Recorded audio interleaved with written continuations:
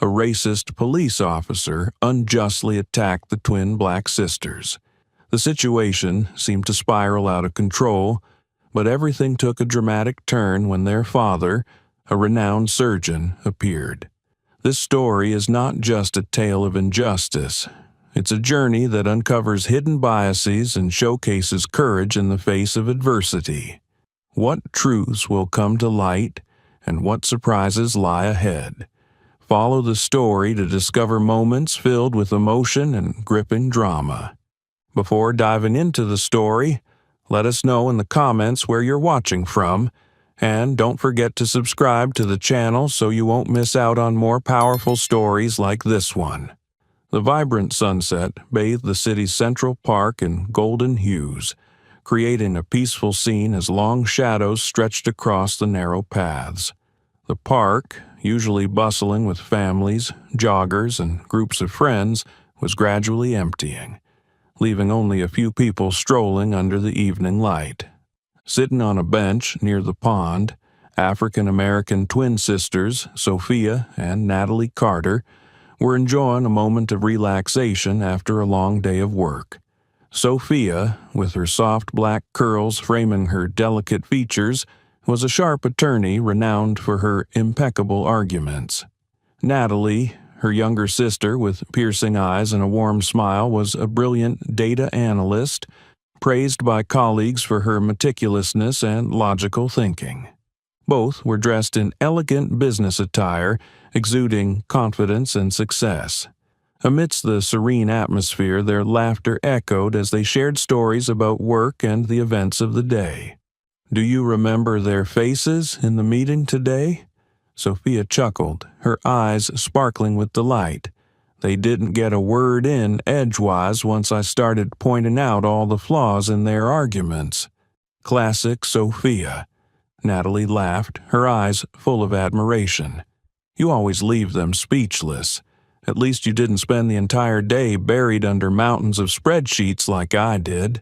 Their conversation was light and warm, a testament to the close bond and deep affection between the sisters. This park was their usual escape, a place to unwind and momentarily forget the pressures of their demanding jobs. Unbeknownst to them, this peace was about to be shattered.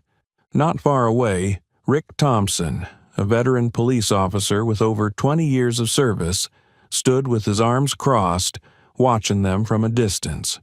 With graying hair and a cold gaze, Thompson harbored deeply ingrained prejudices. He viewed anyone, unlike himself, with suspicion, especially well-dressed black individuals appearing in places he deemed not for them. "Two young black women, dressed like they own the place," Thompson muttered to himself, his eyes gleaming with contempt. "Must be up to something shady." Thompson's thoughts were tainted by his biases. He couldn't fathom that these two women were simply enjoying a quiet evening. To him, their confidence and professional appearance signified defiance, and it irked him. Without hesitation, Thompson began walking slowly toward the sisters, his footsteps crunching on the gravel path. Sophia and Natalie continued chatting, unaware that darkness was creeping up on them. The shadow of Thompson loomed over them, eclipsing the light and heralding an approaching storm. "Good evening, ladies," Thompson said, his deep, cold voice breaking the peaceful atmosphere. The sisters looked up, surprised by his presence.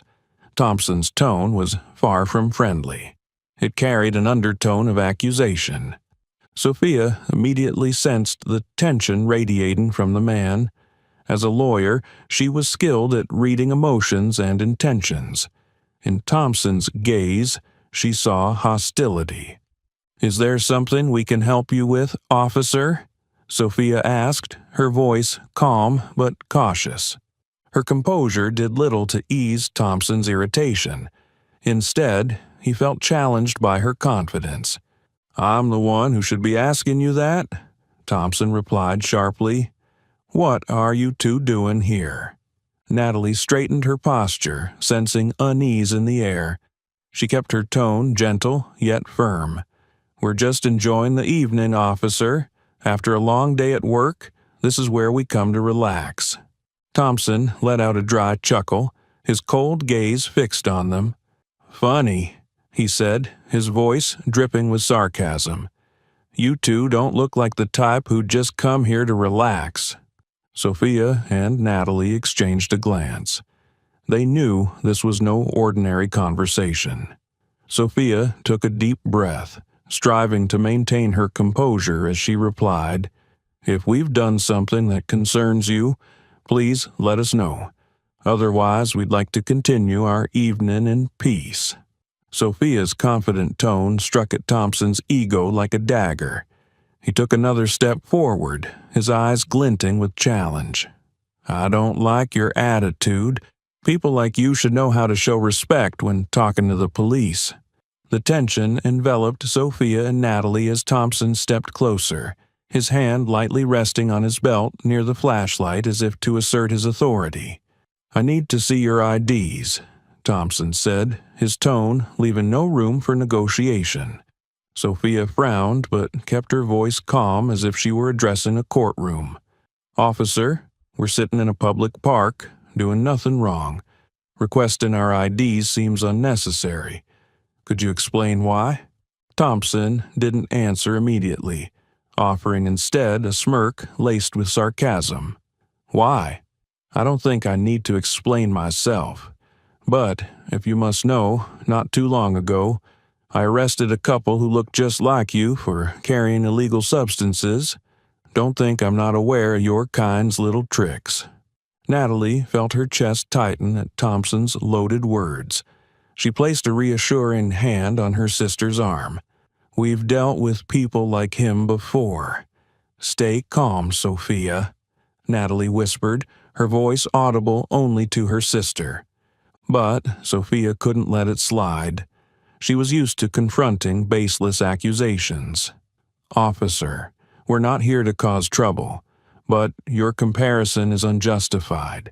You cannot impose assumptions on us based on an unrelated incident. That's discriminatory." Thompson raised an eyebrow, his expression darkening. "Discriminatory?" he echoed, his voice tinged with anger. "What are you implying? I'm just doing my job, checking on suspicious behavior, and you two look suspicious to me." Sophia noticed the shift in Thompson's tone. She took a deep breath, determined to remain composed. "We're willing to cooperate if you provide a valid reason, but sitting here and talking is not a crime." Thompson stepped even closer, his shadow now engulfing the two sisters. "Who do you think you are, talking to me like that?" His voice sharpened. "You think being a lawyer means you can lecture me? People like you always think you're above the law, but I'll show you who's really in charge here." Natalie bit her lip, trying to suppress her rising anger. Her eyes, however, betrayed her growing frustration. Sophia, noticing her sister's struggle, gently reminded her, "Stay calm, Natalie. Don't let him put us on the defensive." But Thompson wasn't giving them any time to regroup. He pulled a small notebook from his pocket, flipping through its pages as if searching for justification. "I'll make a note of this," he said, his voice filled with manufactured authority. "Maybe not today, but I'll figure out what you two are hiding." Natalie clenched her fists, silently fuming. Sophia tilted her head, her gaze no longer defensive but sharp and unyielding. "Officer, if you have no specific reason to continue harassing us, I suggest you let us be. Otherwise, we are within our rights to report your behavior to your superiors." Sophia's words struck like a blow to Thompson's pride. His face flushed and his eyes burned with anger. "Report me," he sneered. "Do you even know who you're talking to?" He took another step, his body encroaching on their personal space. His breath, heavy with hostility, hung in the air. "This is my last warning," Thompson growled, his voice dropping to a menacing whisper. "Stand up, hand over your IDs, and cooperate. If you don't, I won't be so polite next time." Sophia and Natalie exchanged a glance. They both understood that pushing back further could escalate the situation into something dangerous. Yet the injustice they faced was suffocating. Natalie exhaled deeply, her eyes brimming with disappointment. "Fine. If you want our IDs, we'll give them to you. But you can't take away our dignity." Slowly, both sisters retrieved their IDs and handed them over to Thompson, hoping this would de-escalate the situation. However, Thompson's eyes, filled with disdain, suggested that this encounter was only the beginning of a much longer confrontation. Thompson threw Sophia and Natalie's IDs to the ground with blatant disrespect, his eyes glinting with disdain. "Lawyer, huh?" he sneered, his tone dripping with sarcasm. "You think some fancy papers and an expensive suit make you belong here?" Sophia bent down to pick up the IDs, her hands trembling with anger. Yet she maintained her professional demeanor. "Officer, we have provided our identification as requested. If there's no further cause for concern, we'd like to resume our evening." Natalie stood beside her, her worried gaze fixed on Thompson, sensing the situation was escalating. Thompson stepped closer, his tone growing colder. "You think you can fool me? I've been doing this long enough to know when someone's hiding something. Not long ago, I caught a couple of black folks like you. Looked perfect on the outside, but were smuggling drugs." Sophia stood tall, her sharp eyes locking with his. "That comparison is baseless. You can't project someone else's actions onto us simply because of our skin color." Natalie gently touched her sister's arm, whispering, "Stay calm, Sophia. We've dealt with people like him before. Don't let him drag us down." But Thompson wasn't stopping. His smile turned sinister, laced with provocation. "People like me? Do you mean cops? Or do you mean people who have power around here?" Sophia couldn't tolerate his unwarranted taunts any longer. She stepped forward, standing firm. "You are abusing your authority. We've done nothing wrong, and your continued harassment is unacceptable." Her words landed like a slap to Thompson's fragile ego. His face reddened, and for a moment he lost control. Suddenly, he grabbed Sophia's wrist, yanking her violently and making her stumble. "You think you're so smart. Let me show you who's in charge here." Sophia screamed in pain as Thompson's fingers tightened around her wrist. Natalie rushed forward, desperately trying to pry his hand away from her sister. "Let her go," Natalie shouted, her voice trembling yet filled with determination. Thompson turned to her, growling like a predator. "Back off, or you'll share the same fate." Sophia fought to stay composed, though the pain in her wrist was nearly unbearable. Through gritted teeth, she said, "You're crossing the line. This is harassment. We will report you."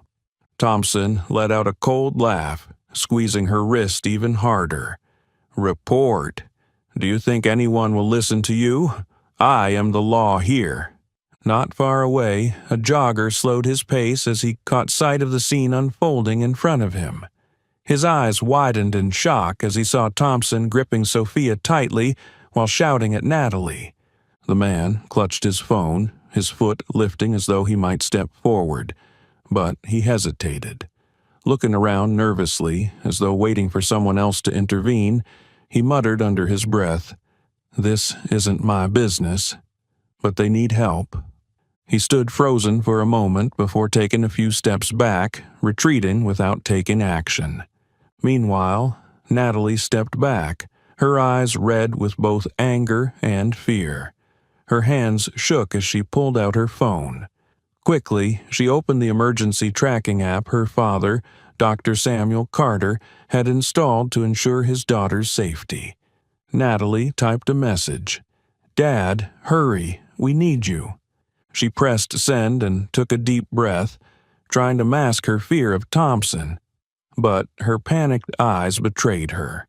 Thompson noticed Natalie glancing at her phone and immediately shifted his attention to her. He released Sophia's wrist but didn't let her off. "What are you doing? Hand over your phone," Thompson demanded, his voice low and threatening. Natalie tucked the phone behind her back, striving to remain calm. "No, you have no right to take my phone." Thompson lunged at her, his hand outstretched to grab the device, but Sophia, despite her pain, quickly stepped in front of her sister. "Enough! You're exceeding your authority." Thompson's eyes flared with rage. He pulled his baton from his belt and raised it menacingly, his voice a deep growl. "You don't understand what I can do you? Let me show you what real power looks like." Before he could strike, the sharp screech of tires cut through the tension. A sleek black SUV sped toward the park's edge and came to a screeching halt. Dr. Samuel Carter emerged swiftly, tall and imposing in his tailored suit. His face reflected a mixture of deep concern and steely determination. His voice boomed, clear and commanding. "Take your hands off my daughters." Thompson turned around, his eyes narrowing with irritation as he saw the man approaching. His hand tightened around the baton, ready to use it if necessary. "Who are you to interfere in this?"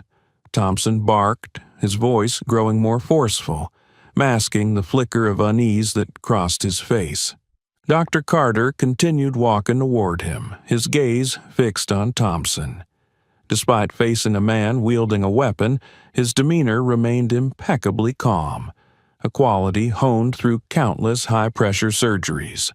"I'm Samuel Carter, the father of these two young women, and you are overstepping your bounds. Release them immediately." Thompson let out a derisive laugh, his movements laced with defiance. "Overstepping? Who do you think you are to give me orders? I'm doing my job. These two were acting suspiciously, and I have every right to investigate." Dr. Carter stopped a few steps away, his voice steady yet weighted with authority. "The only suspicious thing here is your blatant abuse of power to intimidate and oppress. You're not just acting against my family, but against justice itself. You've made a grave mistake, officer." Dr. Carter's words cut through Thompson's fragile ego like a blade. His grip on the baton tightened, his eyes blazing with anger. "I don't need you telling me how to do my job.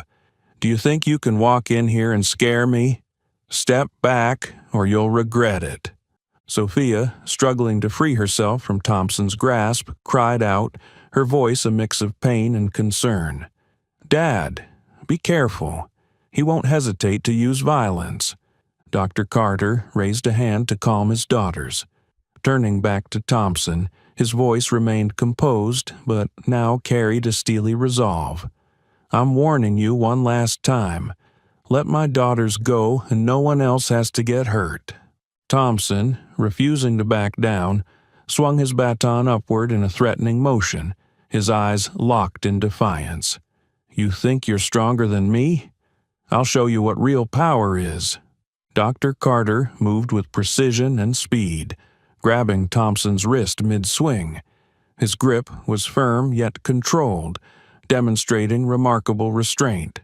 The action was deliberate and powerful, leaving no room for retaliation. "Stop this now," Dr. Carter commanded, his voice low but cutting. "If you continue, you won't just harm my daughters, you'll ruin your own life." Thompson thrashed in an attempt to free himself, but Dr. Carter held steady. Despite his age, his strength and determination far surpassed Thompson's fury-fueled resistance. "Let go of me," Thompson shouted, yanking at his arm. "You have no right to interfere with my duties." Dr. Carter's gaze bore into Thompson, as sharp and cold as a blade. "You have no right to use unjustified violence against innocent people, and I will not let it happen." The struggle between the two men intensified. Thompson, blinded by rage, took an unsteady step backward, unaware of how close he was to the curb. His foot caught on the concrete edge and he lost his balance. For a brief moment, time seemed to slow as he flailed, desperately searching for something to steady himself. But it was too late.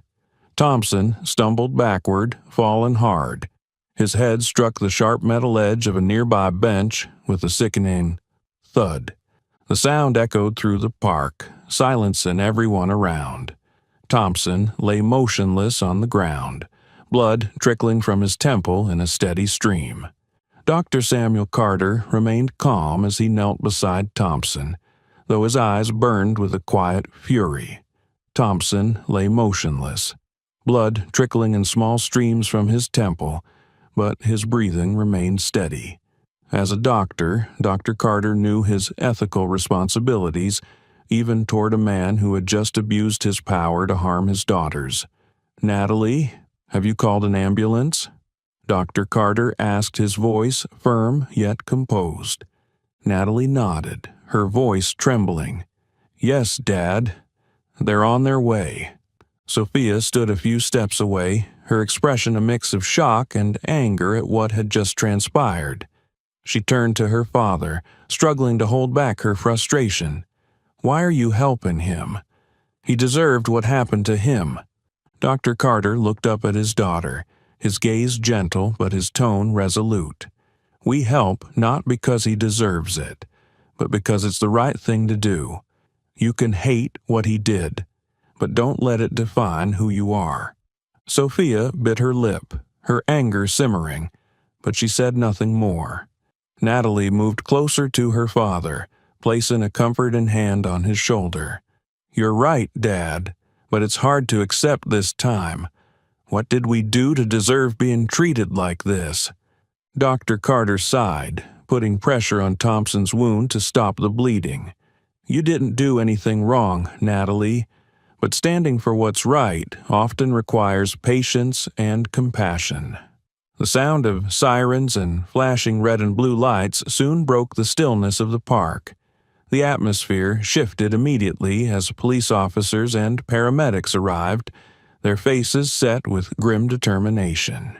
Detective Carl Simmons, a middle-aged man with sharp eyes and an air of weariness, led the group. As he approached, he took in the scene. The injured officer, the composed Dr. Carter, and the tense expressions of the two sisters. Simmons stepped forward, his gaze landing on Dr. Carter, who was still kneeling beside Thompson. "Who are you, and what happened here?" Simmons asked, his tone firm but measured. Dr. Carter stood slowly, wiping his blood-stained hands on a tissue Natalie handed him. He looked Simmons directly in the eye, his voice steady but firm. "I'm Samuel Carter. This officer harassed and assaulted my daughters. I intervened to protect them. He lost his balance and caused his injury." Simmons glanced at Sophia and Natalie, his eyes lingering on the visible bruises around Sophia's wrist. Though he said nothing, the tension on his face suggested he understood the situation was more complicated than Dr. Carter's explanation. A younger officer, Davis, interjected with skepticism in his voice. "You're saying he fell on his own? Are you sure you didn't intervene a bit too aggressively, Mr. Carter?" Sophia, still shaken but resolute, stepped forward. Her voice was clear, tinged with anger. "He grabbed me and dragged me like a criminal without any cause. We were just sitting in the park, and he attacked us for no reason." Simmons raised a hand, signaling Davis to stay silent. He nodded at Sophia, then turned back to Dr. Carter. "I'll need full statements from your family. I assure you there will be a thorough investigation." Back at the police station, Simmons sat heavily in his small office, staring at the pile of files on his desk. Thompson wasn't an unfamiliar name. Over his 20-year career, Simmons had heard more than a few complaints about Thompson: abuse of power, harsh treatment of civilians, and a particular pattern of targeting people of color. This time, Simmons knew he couldn't turn a blind eye. The presence of Dr. Carter and the resilience of his daughters reminded him of why he became a police officer in the first place: to uphold justice. He opened his computer and accessed the security footage from cameras near the park. A video from a nearby shop showed much of the encounter. The footage displayed Thompson approaching the two sisters, his aggressive demeanor, and how he grabbed Sophia's wrist. Simmons sighed, gripping his pen tightly. Handing this footage to the Carters could jeopardize his career, but staying silent would make him complicit. Thompson isn't just a disgrace to our department. He's a threat to everything we stand for, Simmons muttered to himself. 3 days later, Dr. Carter received a phone call from Simmons. The detective's voice was low and cautious. "Dr. Carter, I need to meet with you, but this has to stay confidential." Dr. Carter agreed, and the two met at a small cafe. Simmons handed him a USB drive. "This is footage from a nearby security camera. It doesn't capture everything, but it shows enough to confirm that Thompson escalated the situation." Dr. Carter studied Simmons, his expression softening slightly. "Thank you. I know this wasn't easy for you." Simmons lowered his gaze, his voice heavy. "I'm doing this for justice, not just for your family. Thompson has crossed the line too many times, and if we don't stop him, more people will suffer." Dr. Carter nodded, gripping the USB tightly. "We won't let your efforts go to waste. My family will fight this to the end." Returning home, Dr. Carter gathered his daughters in the living room. In the room's soft glow, he placed a USB drive on the table, his gaze resolute. "This is crucial evidence," he said, his voice low but firm. "We have the video, but the battle has just begun. This system won't easily admit its mistakes." Sophia, the strong-willed elder sister, clenched her fists, her sharp eyes filled with determination. "We need to expose the truth. Thompson isn't just an individual abusing power. He's a symptom of a system that needs reform." Natalie, the gentler yet equally steadfast younger sister, nodded. "We're not just fighting for ourselves, but for everyone who doesn't have a voice." Dr. Carter smiled, pride gleaming in his eyes. "Then, let's get started." The three of them spent the evening strategizing. Dr. Carter assigned tasks methodically. Sophia would gather eyewitness testimonies from the scene that day. Her assertive personality and strong communication skills would help them extract valuable information. Natalie, a computer science student, would handle analyzing and securing the digital evidence. She could scrutinize the video and ensure it was safely stored against tampering. Dr. Carter would connect with human rights lawyers and non-governmental organizations to ensure the case gained public attention across all media platforms.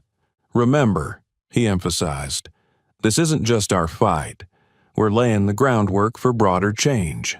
Sophia began her work by returning to the incident's location. Several locals still remembered the event vividly and were willing to share what they knew. "I saw everything," an elderly woman said. "Thompson was out of line. Those two girls did nothing wrong.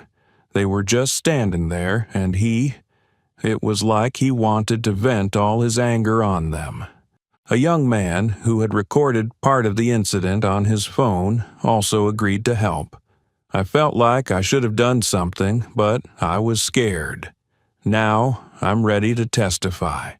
Sophia carefully documented every testimony, collecting all available videos and photos from the witnesses. On her way home, a new sense of hope washed over her.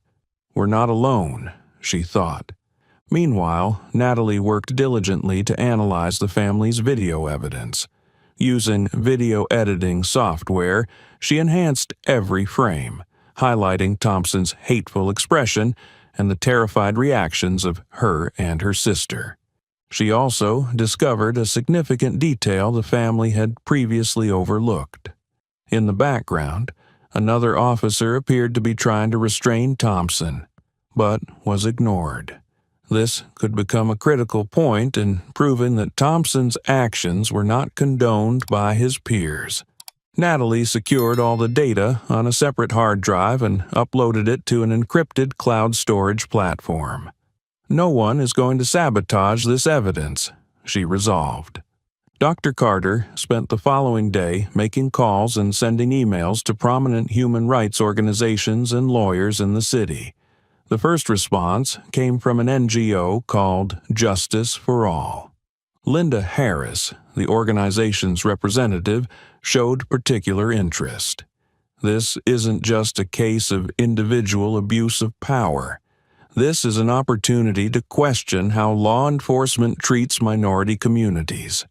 Linda promised to help organize a press conference and connect the family with major journalists. "We'll do everything we can to make sure this story is heard," she assured them. In the days that followed, the Carter family faced mixed reactions. While many in the community expressed strong support, others criticized them, accusing them of making a big deal out of nothing. One evening, as the family gathered for dinner, an anonymous phone call disrupted their peace. A cold voice on the other end threatened, "Back off, or things will get worse." Dr. Carter remained calm, though he understood the seriousness of the threat. "They're scared because we're getting closer to the truth," he told his daughters, "and that's why we must keep going." Finally, the day of the press conference arrived. The family stood at the podium, facing a sea of reporters, cameras, and curious onlookers. Sophia spoke first. "I'm not here just for myself and my sister. I'm here for thousands of unheard voices. We demand justice, not just for us but for everyone who has been wronged." Natalie followed, her voice trembling but resolute. "We're not seeking revenge. We want change. We want to ensure no one else endures what we've endured." Dr. Carter concluded, "As a doctor, I've been taught that every life has value. But how can we claim to value life if we don't fight for justice?" The press conference video quickly went viral, garnering millions of views and thousands of comments. The hashtag Justice for Sophia and Natalie trended, drawing attention from prominent activists and celebrities. The police department was forced to launch an internal investigation into Thompson's actions. A fellow officer, the one visible in the background of the video, came forward to testify, confirming that Thompson had crossed the line on multiple occasions. Weeks later, Dr. Carter received a call from the district attorney's office. "We're proceeding with charges against Thompson for abuse of power and discrimination," the caller said. A smile spread across his face as he felt a heavy weight lift from his shoulders. "There's still much to be done," he thought, "but this is a significant step forward." As night fell, the Carter family gathered in their living room. Sophia, Natalie, and Dr. Carter shared a deep sense of hope. They knew the fight wasn't over, but they had proven that unity and determination could challenge even the greatest injustices. The next morning, hope turned into determination as the Carters stepped into what would be a momentous day. The flashing lights of cameras and the murmur of reporters filled the air outside the building where the hearing was to take place. The family emerged from a black SUV, their expressions calm but radiating fierce resolve. Leading them was Dr. Samuel Carter, exuding the dignified demeanor of both a doctor and a father protecting his family. He was followed by his daughters, Sophia and Natalie. Sophia, dressed in a sharp black suit, exuded confidence, her eyes steadfast. Natalie, standing beside her sister, looked equally composed but with a hint of anxiety in her gaze. Before they entered, Dr. Carter leaned down and spoke softly to them. "Remember, we're here not just for ourselves, but for truth and justice." The two sisters nodded, their eyes filled with determination as they stepped past the flashing lights and into the hearing room. The atmosphere inside was tense, like a taut wire ready to snap. The investigative committee, consisting of senior officials and Thompson's legal representatives, sat on a high dais, their serious gazes fixed on the Carter family. Journalists, permitted to attend, quietly observed, recording every moment. Dr. Carter was the first to speak. He rose with composure, but his voice carried an unmistakable determination. "I am Samuel Carter, the father of the 2 young women who were unjustly assaulted by Officer Thompson that night.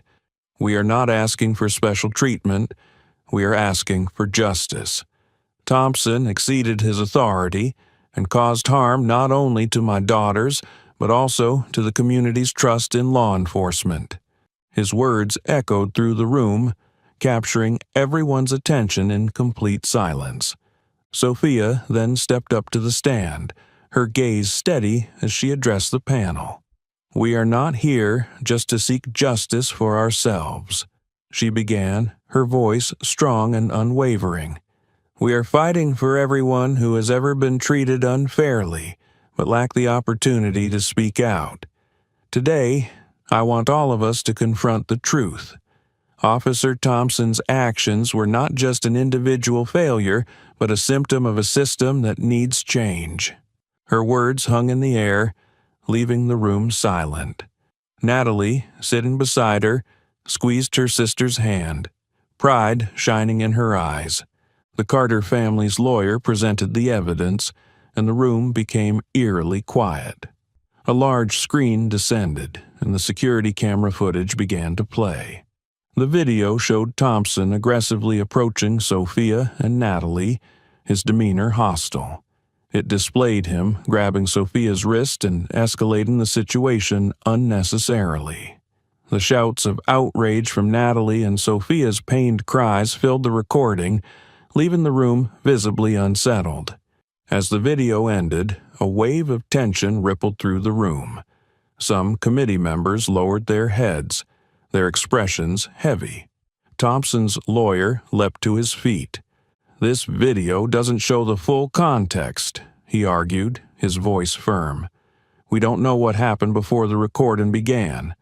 Officer Thompson acted on reasonable suspicion and had every right to investigate." Sophia stood abruptly, her eyes blazing as she shot back at the lawyer. "Reasonable suspicion?" she said, her voice low but sharp as a knife. "We were sitting on a park bench, talking. His only suspicion was the color of our skin. This wasn't an investigation. It was an abuse of power." Natalie followed, her voice trembling but resolute. "If this video didn't exist, would anyone believe us? We've faced doubt our entire lives, and now they want to dismiss even clear evidence?" As the tension reached a breaking point, Detective Carl Simmons stood up. He walked forward with a steady, determined gaze.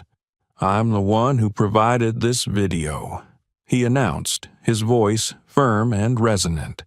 "Having served in the police force for over 20 years, I couldn't stand by and watch the truth be buried. Thompson didn't just abuse his power with the Carters. He's been accused of similar behavior in the past, but has never been held accountable. Today, I'm here to ensure that changes." Simmons's words electrified the room. Some committee members exchanged worried glances, while Thompson's lawyer tried to interrupt, but Simmons pressed on. "This isn't just about the actions of one officer. It's about whether this system dares to hold itself accountable. I don't want to see another family endure the pain the Carters have endured." After hours of intense debate, the chairperson of the committee banged their gavel, calling the room to order. Their voice was calm, but carried a weight of authority. "Ladies and gentlemen, today's hearing is not just about one individual.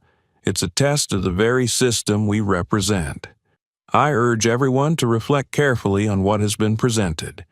This is not just a decision. It's a declaration of the values we wish to uphold." The chairperson removed their glasses and placed them on the table, their gaze sweeping across the committee as if to remind them of the gravity of their responsibility.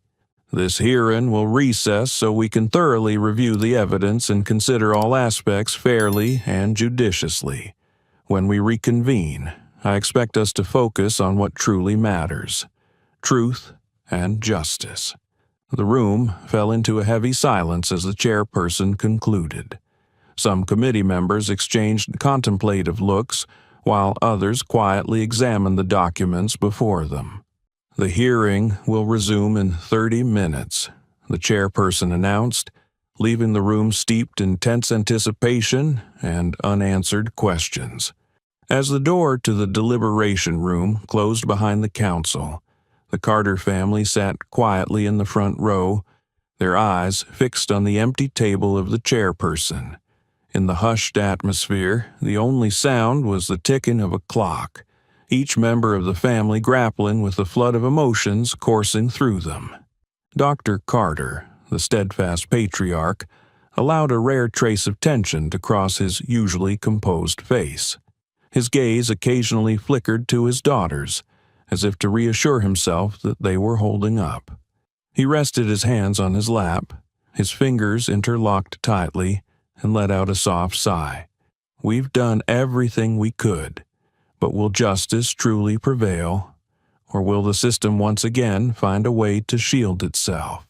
These questions churned in his mind, but he worked to remain calm, determined not to let his daughters see his unease. Dr. Carter glanced at Sophia, his eldest daughter, whose resolute eyes glimmered with determination. She sat upright, her hands clasped tightly together, almost as if she were physically restraining her apprehension. Sophia tried to maintain the image of a leader, but deep inside, anxiety gnawed at her. Was it enough? Are our words strong enough to make them see the truth?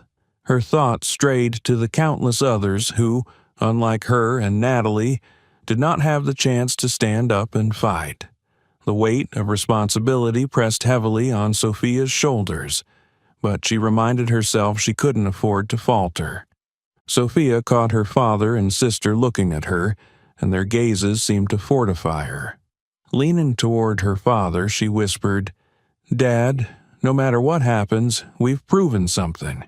We didn't stay silent, and that's what matters most." Dr. Carter nodded, offering a weary but proud smile. "You're right, Sophia. We've done what needed to be done.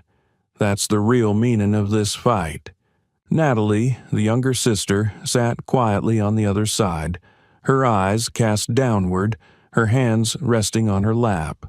Unlike her father and sister, who exuded an air of calm, Natalie wore her apprehension on her sleeve. The memory of that day's events played on a loop in her mind.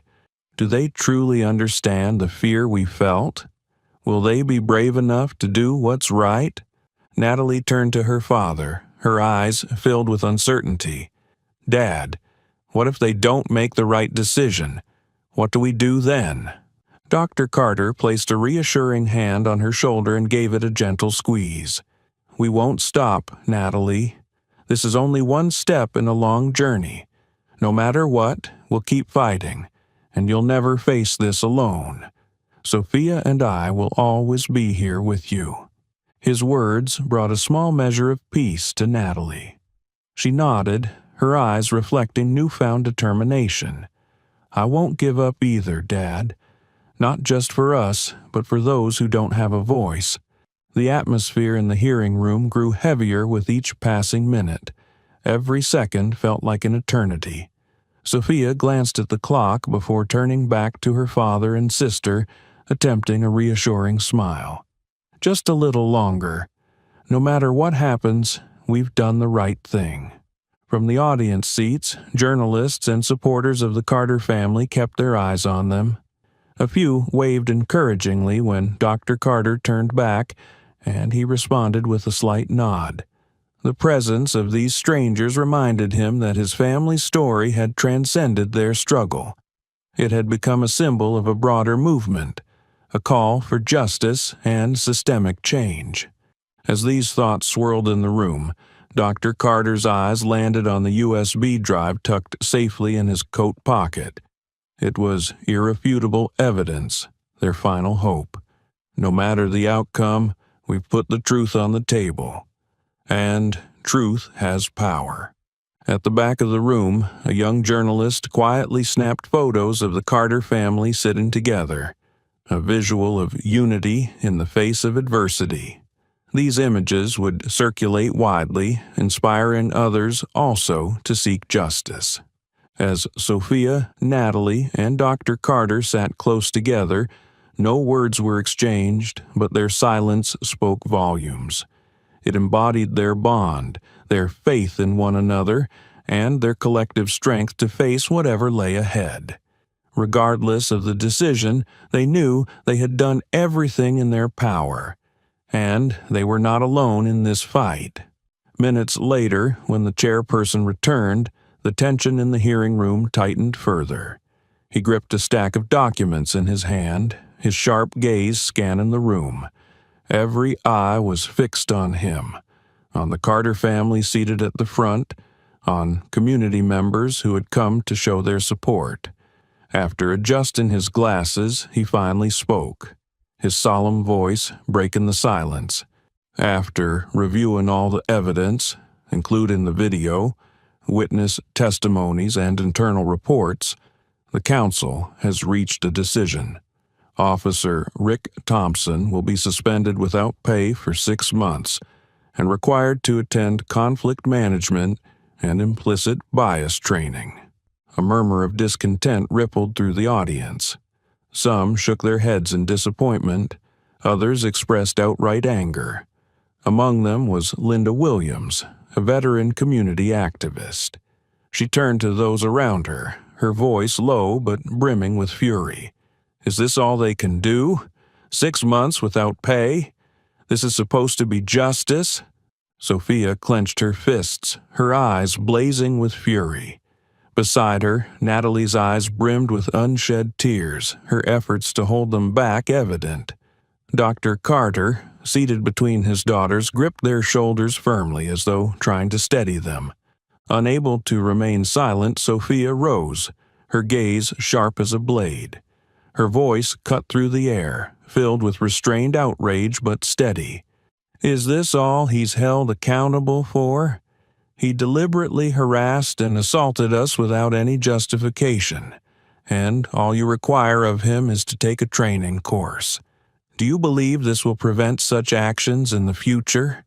The room fell silent for a moment before Natalie stood, her voice trembling but heavy with emotion. If this is how you deliver justice, she paused, her eyes locking on to each member of the council, then justice here has been dead for a long time. Her words struck the room like a blow. Some council members avoided her gaze, their expressions uneasy. The chairperson, however, maintained a rigid demeanor and responded in an even tone. We understand the family's emotions, but this decision adheres to current policies and regulations. If you are dissatisfied, you may file an appeal through the proper legal channels. From the audience, faces reflected a mix of disappointment, anger, and solidarity.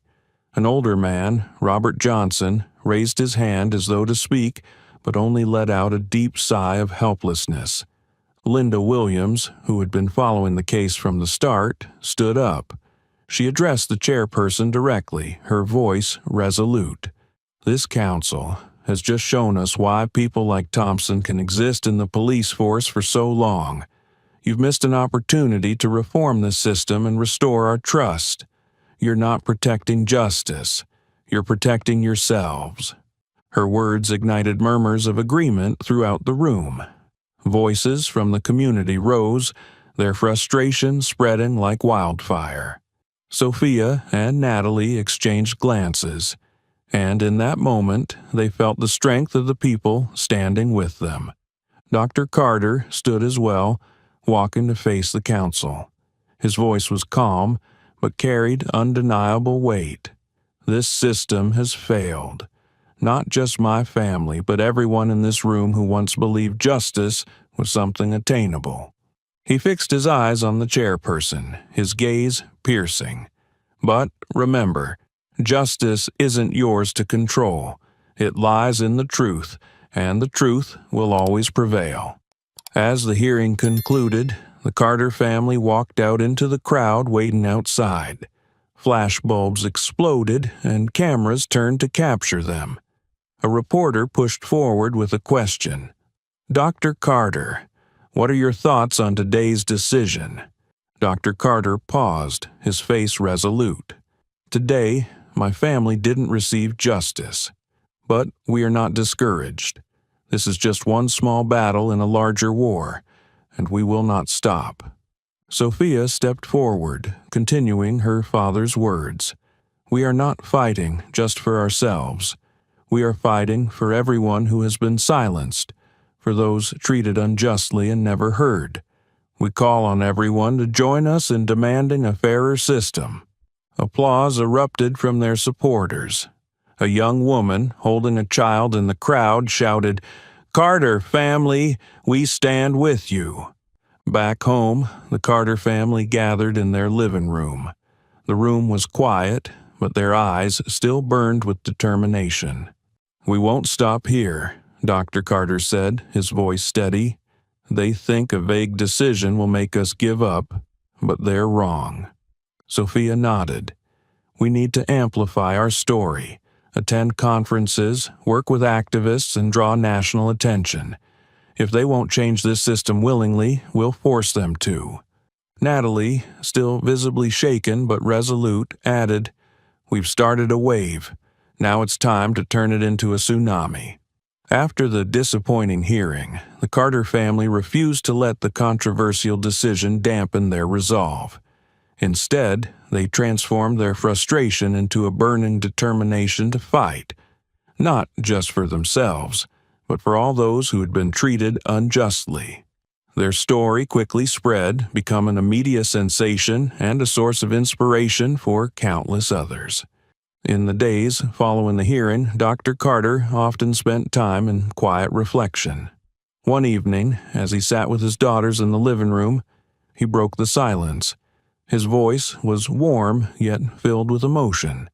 "I've always taught you to stand up against injustice, to be strong and protect what's right. But today, I've realized that it's you who have taught me something greater: how to turn pain into strength, how to transform wounds into a drive to change the world." Sophia and Natalie looked at their father with pride in their eyes. Natalie replied softly, "Dad, without you, we wouldn't have come this far. But we still have so much work to do." Dr. Carter smiled, placing a hand on each daughter's shoulder. "And we'll do it. Together. This isn't just about our family. It's about our entire community." A few days later, the Carters attended a gathering at the local community center. The room was packed with people, seasoned activists, families, and young individuals seeking hope. Sophia was the first to speak. Standing at the podium, her eyes scanned the crowd before she began in a strong, clear voice. "We've sat where you're sitting, feeling small and powerless against a massive system. But today, we're here to tell you that none of you have to fight alone. When we stand together, we can change everything." The room was silent, every word sinking deep into the hearts of the audience. Natalie joined her sister at the podium, continuing, "Our story isn't just about the Carter family. It's the story of everyone who has faced injustice, those who've been silenced because no one would listen. Today, we're here to change that." An elderly woman in the crowd, her eyes brimming with tears, stepped forward and grasped Natalie's hand. "My son was treated unfairly years ago, but I didn't know what to do. Seeing you stand up gives me hope." Dr. Carter approached and gently placed a hand on the woman's shoulder, his gaze soft but resolute. "We're not just fighting for our family, but for everyone who suffered injustice, like your son. We won't stop." Applause erupted, and a wave of unity swept through the room, igniting a shared sense of purpose. The Carter family's story caught the attention of major civil rights organizations. Invitations poured in for them to speak at workshops and national conferences. Sophia and Natalie began collaborating with lawyers, activists, and policymakers to draft initiatives for police reform. Their first proposals included mandatory body cameras for all officers and the establishment of independent community oversight boards. Dr. Carter, leveraging his reputation as a respected physician, became a bridge between healthcare organizations and civil rights groups. He worked to provide support for victims of police violence, not just legally, but also in terms of mental health and wellness. "We're not just talking about changing the system," he said at a press conference. "We're talking about healing the wounds it has inflicted on people." At a major conference in the city, attended by hundreds, Sophia delivered a powerful statement that left the audience in stunned silence before breaking into prolonged applause. "We can't change the past, but we can decide the future. Today, we choose not to be victims anymore. We choose to be change makers." Natalie followed, her eyes shining with conviction. "Let our story serve as a reminder that when we stand together, nothing is impossible. Speak up. Stand for justice." After the conference, a seasoned activist approached Dr. Carter and said, "Your family isn't just fighting for yourselves. You've given hope to thousands of others. Thank you for not giving up." Over the following months, the Carters organized community meetings, gathered signatures for reform bills, and worked tirelessly to raise awareness about systemic abuse. Dr. Carter became a mentor to other families facing similar injustices. He often told them, "We've been where you are, feeling small and afraid, but we've learned that when we stand together, we're never alone." Sophia and Natalie, while pursuing their professional careers, became prominent voices in discussions about systemic reform. They not only inspired change, but pushed for concrete actions, such as increasing transparency in law enforcement and demanding clearer accountability. The Carter family's journey became a symbol of a larger movement. They transformed their pain into power, evolving from silenced victims into bold leaders. From isolated individuals, they became the embodiment of unity and hope. Their fight was far from over, but they had proven that even in the face of the most daunting challenges, faith and determination could drive meaningful change. Months later, the Carter family decided to return to the park, the place where it all began. But this time, they came back not with fear or anger, but with resolve. Their return was a declaration. Their pain would not define them. It was how they faced and overcame it that would shape their story. The park was tranquil that evening. The golden hues of sunset painted the stone paths, and the laughter of children echoed from afar. Sophia and Natalie walked slowly along the familiar path, their eyes resting on the bench where they had sat on that fateful night.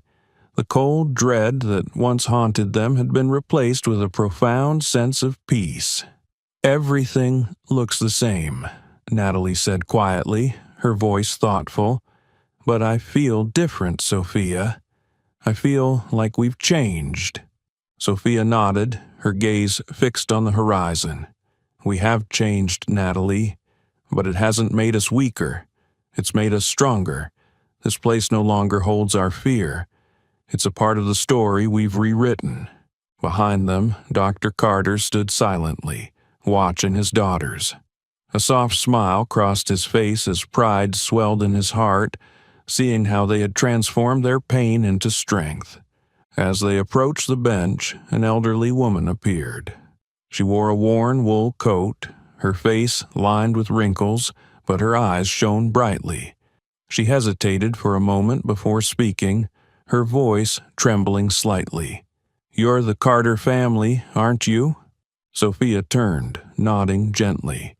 The woman smiled, though her expression wavered with emotion. She reached out and took Natalie's hand, her eyes glistening with tears. "Thank you," the woman said. "Thank you for not staying silent. Your story has changed everything. It's given hope to families like mine. My son, he was treated unfairly once, but we were too scared to speak up. Seeing you fight made me realize we're not alone." Tears welled up in Natalie's eyes as she responded, her voice steady. "We aren't just fighting for our family. We're fighting for everyone who didn't have the chance to speak up, like your family. Together, we can make a difference." Dr. Carter placed a hand on the woman's shoulder, his gaze kind but resolute. "We're just one part of a much larger fight. Your story matters too. Keep speaking out. Don't let anyone silence you." The woman nodded, a glimmer of hope in her eyes as she walked away. As the sunset deepened into a brilliant orange across the sky, the Carter family sat on the bench, reclaiming the space where they had once faced terror. Natalie leaned her head on Sophia's shoulder while Dr. Carter gazed at the distant horizon. In that serene moment, he reflected aloud. Change doesn't come from a single act. It's the result of countless steps taken on a long, often difficult road, and it's those steps that make us stronger, not just for ourselves, but for everyone who comes after. Sophia looked at her father, her eyes gleaming with determination. "You're right, Dad. We can't change the past, but we can build a better future. And it starts right here." Dr. Carter placed his hands on his daughter's shoulders, pride evident in his expression. "Our journey isn't over. This is only the beginning." They rose together, walking slowly down the park's stone path. The fading sunlight cast long shadows behind them, a symbol of strength, hope, and resilience. Back home, Dr. Carter sat at his desk, the warm glow of a desk lamp illuminating the room. In front of him were letters from families across the country, letters of gratitude from people who had found their voices thanks to the Carter's story.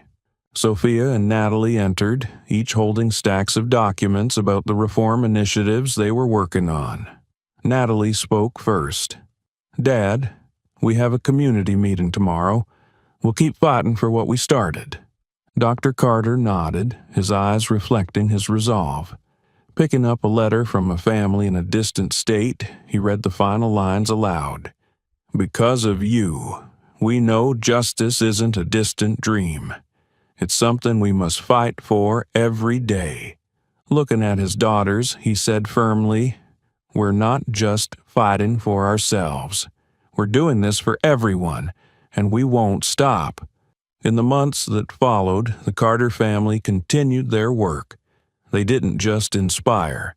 They actively participated in systemic reform, from advocating for transparency in law enforcement to establishing independent community oversight organizations. Their story was included in educational materials, becoming a living lesson in resilience and the power of unity.